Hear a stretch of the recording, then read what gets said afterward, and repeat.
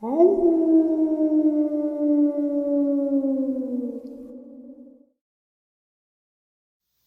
quick, guys, I did end up going up north after I uploaded today's second half.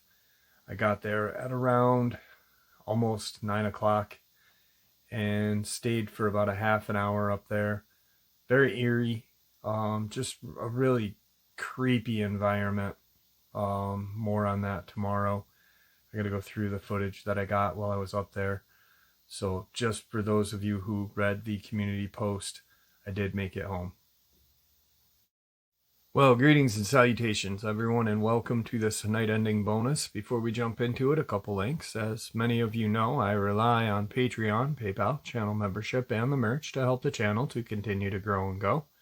Links to Patreon, PayPal, and channel membership is in the description below. Merch displayed directly under the video. Also, Dogman Frightening Encounters, Volume 1 through 3, the audiobook versions. They were written and researched by Tom Lyons, narrated and produced by me, Jeff Nadolny. Those audiobooks are available on Audible, Amazon, and iTunes, links to which are also in the description as well. And finally, last but definitely not least, if you'd really like to help support the channel to continue to grow and go, simply subscribe. It doesn't cost a cent. Click the like button, takes half a second. If you don't want to miss out on any of the informative uploads I put out daily, click that bell icon, and folks, please leave a comment. Why? Well, because all these things really do help the channel to continue to grow and go. And yes, folks, they definitely do matter. Now, everyone, I have taken far too much of your time. Let's jump into this night ending bonus upload, shall we? Today's first part of the upload. My best friend has 52 acres of land. 90% of it is woods, aside from the opening where there's a barn in their house. This all started off as silly superstitions, but now it's real. She kept telling me there was definitely something in the woods surrounding her home. The property was vacant for 3 years. The owner's wife sold it to her under her husband's nose just to get rid of it. They haven't spoken to her since the sale, and they can't be reached.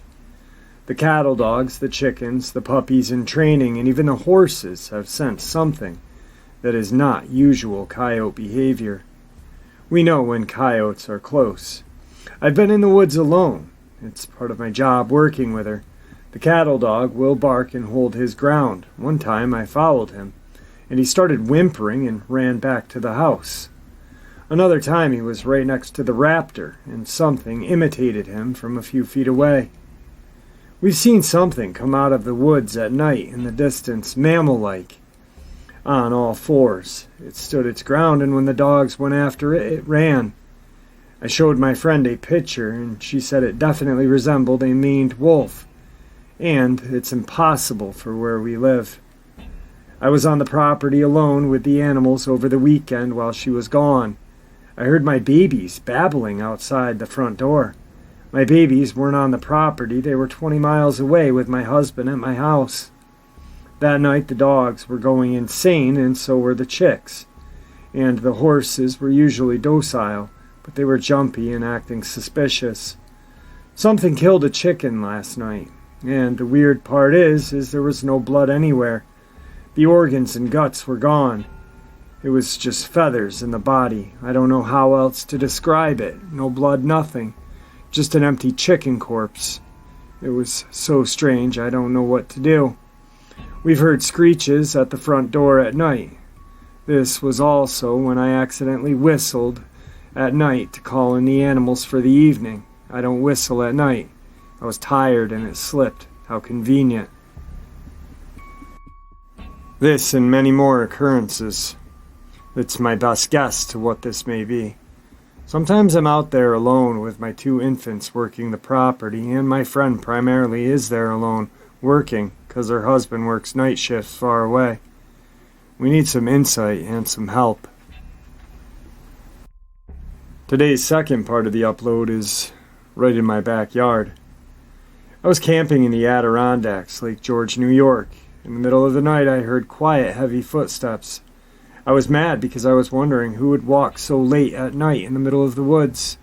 When I go camping, I don't want to see any other people if possible. The footsteps were soft and heavy, if that makes sense, and you could tell it had 2 legs. Luckily, I was tired to freak out or care. Then my foot got tapped by the tent wall. I whispered to my friend, but knew that it was a waste of time. In my mind, I said, "We're leaving in the morning. We mean no harm." I decided to let it go and not worry about it. I was too tired. It wasn't until morning that I started to think about the whole thing. What stood out was the footsteps and the steady pace, like it knew where it was going. Also, the tap felt intelligent, like it was saying hi. But I wouldn't trust that, nor would I ever go looking for them in the woods. I know raccoons can tap and maybe deer, but I know what I heard and felt. It was either a person in the middle of the night tapping on the tent, or a Sasquatch, Dogman, or something else. Today's third encounter. Riddle, Oregon, October 2008. While deer hunting in Boomer Hill area, Justin Camden, Cody Camden, and myself were traveling along the BLM road with the left-hand high bank and the brush-covered downhill side. I was driving, Cody was in the passenger rear, and Justin was out riding on the hood. My job was to drive and watch up the left side. Cody was watching down the hillside, and Justin was watching in front and scanning ahead. He had me stop when a large, cold black Bigfoot had ran across the road about 40 yards or less.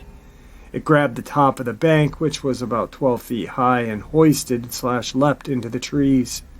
I only caught a glimpse of black from my position in the truck. Cody also said he only seen a glimpse of black. Justin, however, saw the entire right-to-left crossing on 2 feet. He saw it reach up to the top of the bank and hoist/leap into the brush and trees. He also explained he heard footfalls as he was running towards where it went up. We all heard brush breaking for about a minute after. Justin wanted to pursue it with his rifle, but after explaining exactly what he had seen, I asked him to leave it be. We were all scared as hell, and his adrenaline was pumping. This thing was approximately 9 feet tall, cold black hair, glossy, maybe wet. Very muscular in build, 100% not a bear. I only saw a flash and a hand mark at the top of the bank and heard the brush crashing. Justin came to me today and is positive it was a Bigfoot. I'm sure with his wildlife knowledge, he isn't mistaking another animal for this. It's in my opinion that the Bigfoot was getting away from another hunter and probably misjudged its crossing point, which allowed the sighting to occur. I found footprints in this area in the mud near a pond, and we intend on a full investigation in this area very soon. Thank you. Today's fourth part of the upload. My husband and I recently watched The Wolf of Snow Hollow, and I was gushing to my in-laws about how fun this movie was. While on the topic of werewolves, I shared this story this past weekend with them, and it creeped them out. Years ago, I was working at a veterinary clinic. I was kennel staff. We provided dog boarding, and I frequently worked weekends tending to the dogs, making sure they were walked, fed, cleaned up after. It was a pretty fun job. One weekend, we had 2 big huskies staying with us. In retrospect, one of them was particularly tall and fluffy, so it might have been a Malamute or a mutt or whatever. Regardless, they were great dogs. They didn't poop or pee in their kennel. They played outside great and were super friendly with me. In a word, well behaved. So Monday rolled around and their owners were there to pick them up. For safety, when it came to big dogs, we were only to bring up 1 dog at a time from the kennels to the front lobby. I followed that protocol, grabbed the smaller one first before I proceed. I have to explain the kennel setup, so this next part makes sense. Where we kept the larger dogs was against the far wall of the kennel room. There were large indoor runs about 15 feet by 15 feet, with both huskies staying together in one such run over the weekend. The walls were made of stainless steel, easy for disinfecting, and about 15 feet high. The wall of the kennel was a special kind of reinforced glass, so you could see the entirety of that kennel from the outside. Also of interest, we only had 1 other guy staffed at the vet clinic, and he was 5'10". So I brought out the first dog, and there was lots of happy yelping and husky talk. Those of you who own huskies know what I mean when the dog was reunited with his family. I brought out the second dog, and he or she was very reserved, tail wagging, and just generally happy. The owners didn't say a lot to me other than thanks and have a good day, and they didn't stay long once they got their dogs back. We generally have the owners pay first before we bring the dogs up from the kennels because it makes it easier for the owners not to have to juggle their wallets and an excited dog. Task done. I went back to the kennels to clean up and get it ready for the next round of dogs to come in. I grabbed the spray bottle of disinfectant and get ready to clean the walls, and that's when I saw it. High up above me, about 14 feet up on the back wall, was a human handprint, and it wasn't standard size either. It was huge. Looking at it, I was thoroughly creeped out and got the handprint wiped off the stainless steel quickly using a multi-step stool. I'm 5'5". I told my coworkers and vet tech about it, and they were creeped out as well and told me not to bring it up again. I was the only one working the kennels that morning. Between bringing up the last dog and returning to the kennels, there was not enough time for our only male staff member to run in, jump up, and leave a single handprint. I asked him later if he had been in the kennels at all, and he said no. Apparently around that time he was doing intake in a vet room. And like I said, the handprint was too big to belong to any normal-sized human. And that's how I inadvertently took care of a well-behaved shapeshifter / dogman / werewolf for a weekend. Today's fifth part of the upload is a interesting conversation on a forum that I found.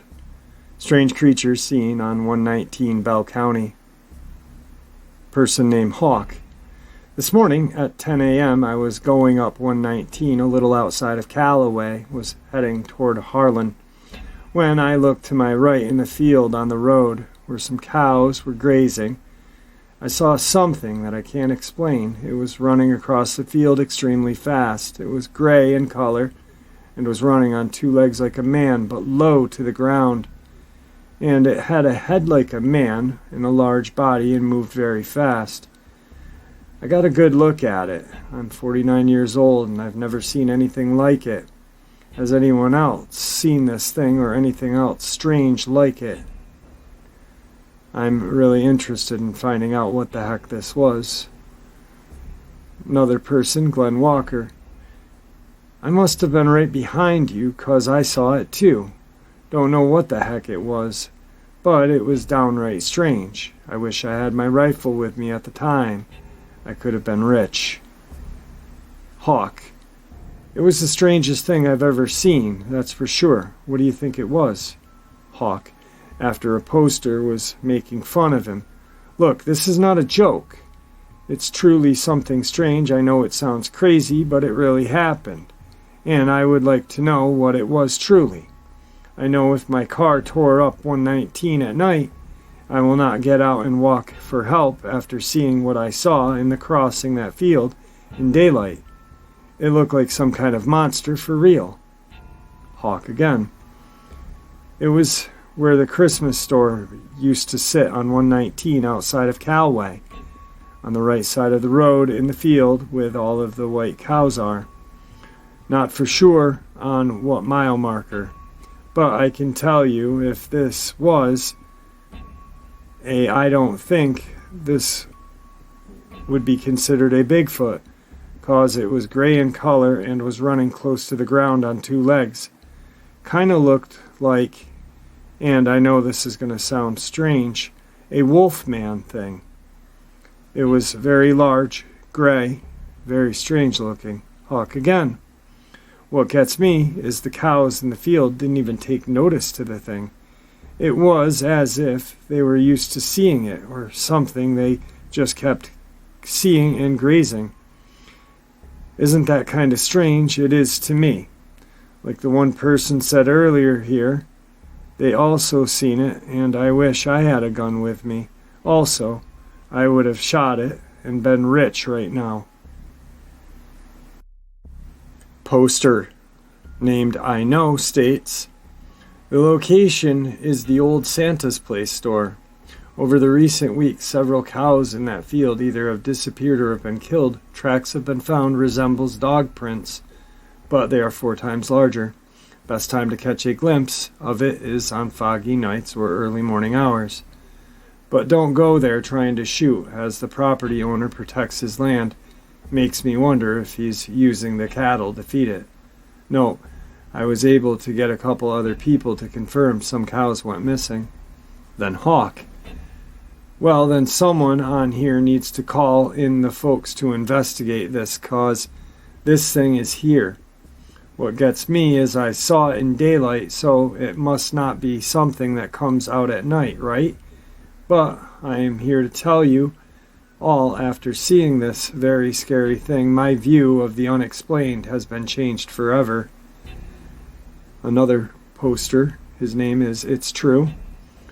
Don't be so quick to make fun. I live in this area and my kids have seen it, or them as far back as 20 years ago. And so did their friends. It's not a joke. I, for one, would love for someone to come and check it out. Don't the Bigfoot hunters live in Middlesboro now? Maybe we could run an ad in the paper for them to contact someone in the area, but not everyone's seen it.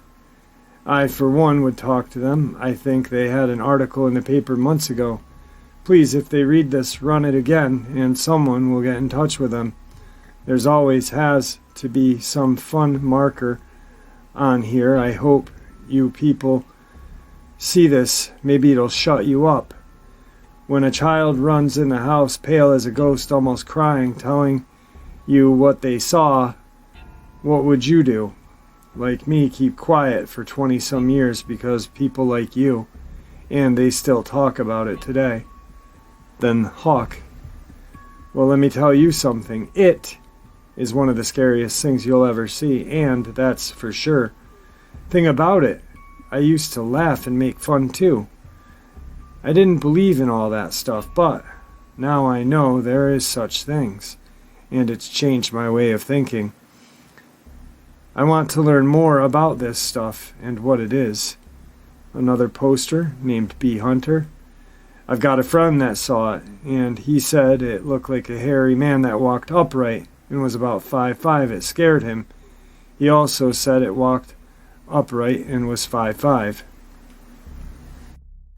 Next person to post, Jay Hatfield. I've seen it also with my own 2 eyes, and I know what I saw. I don't need to convince anyone. Go out there sometime along the river on 119 below Old Mary Lee's store in early morning and you'll see it. Another poster named Not Playing. I'm not crazy nor playing. About 6 years ago, I seen the same thing. Me and my girl was in her car at the vet park in Harlan Road. Looking out back, even opened my door to get out. My girl said, "Shut the door, get in here. We're leaving." She about wrecked that car trying to get out of there. And it did look like a human man run fast. When got out of the car, it ran low to the ground like a wolf. I'm telling you, in front of God's eyes, it's true. Then Hawk posts again. Look, I know it's not a bear. I saw. I don't think it was the so-called Bigfoot. I just tell y'all. I don't know what it was. It was big, gray, running on 2 feet, not 4. It was scary. So there it is. Take it for what it's worth. No drugs involved. Saw it in daylight in the middle of the morning. So yes, I think there should be people to investigate, cause there is really something there. Another poster, mystery. I know that a lot of you think this is a joke, but let me assure you, it is for real. It has been seen in this area for years. Most people just don't say anything because of people like the ones making jokes. And let me say, I am not saying it's a Bigfoot or whatever it is, just something that will make you a believer if you do ever see it. Kids, teenagers, and adults have seen this mystery creature. This creature or creatures has been around our home in the mountains on and off for about 20 years or longer. Same area Hawk is talking about. Kids seen it a while on their 4-wheeler. It chased after them. Then a few years later, seen it again, then by a small child last summer. Then just a few weeks ago, out of the blue, two of us saw something. We were setting up cameras as well. Over the years, we tried to make ourselves believe we were not seeing and hearing these things, or say maybe it was a bear or something. Always happens when you're not thinking about it. Then another poster, long time. It has been around here longer than 20 years. Back in '74, I had just graduated high school and four of us were heading home on 119 at Calway around 1 in the morning, and this thing, we thought it was a large wolf at the time, came across the field and across the highway right in front of us. We never said anything about it because you always have these nitwits that don't take it seriously. Then another poster called Dude. I've seen that thing twice. Not quite the same place, but that was it. Except it was dark gray, and it was chasing something. It's been in a field both times. I'm actually kind of scared to go in the woods because of it, because I saw it catch whatever it was chasing, and it ripped it apart brutally. It looked about my height, wasn't too large, but was faster than hell, and kinda crouched down. Another poster. Unknown. I've seen a large gray creature on 119 also, just before 8 in the morning, around Christmas store fields as well. Then Hawk. It's a monster, yes, a monster, and I saw it, so don't get out of your car at night if it stalls out there. 'Cause, like I said, it's big gray monster, and it's up there for sure, and that's no lie. Hard to believe, but it's the truth. Make fun of all you want, but you'll never see because there will be more than me to see it. Or they have and won't admit to it because they're afraid of being made fun of. But I saw it in broad daylight. Now, for those of you who are not really familiar with that area, they're talking about Bell County, Virginia. And I've had 3 people come on the show from Tazewell County, DJ and 2 other people. And the one guy came on, talked about his granddad seeing a creature in the field going into a cave with like a fox head. DJ seen the dog man once, twice, 3 times. One pretty close to the innards of Tazewell. And it was just, I mean, so there's definitely something in Tazewell County, guys. And there's about 6 to 7 people right there, all verifying it. Alright folks, I hope you all enjoyed this night ending bonus as much as I enjoyed sharing it with you. I'd like to thank you all for supporting the channel. It is your support, after all, that helps the channel to continue to grow and go. And honestly, what gives people a place to share their experiences, ideas, and theories, judgment and ridicule free, simply treated with the respect that we all deserve. Thank you. Also, stay safe, happy, healthy, and ever vigilant, keeping an eye on our children, pets, family, and friends. These creatures are real. They are out there, and they're definitely dangerous. Share this information with the people you love and care about, and it may just help save their lives someday. Until next time, never stop asking questions, never stop searching for answers, and God bless.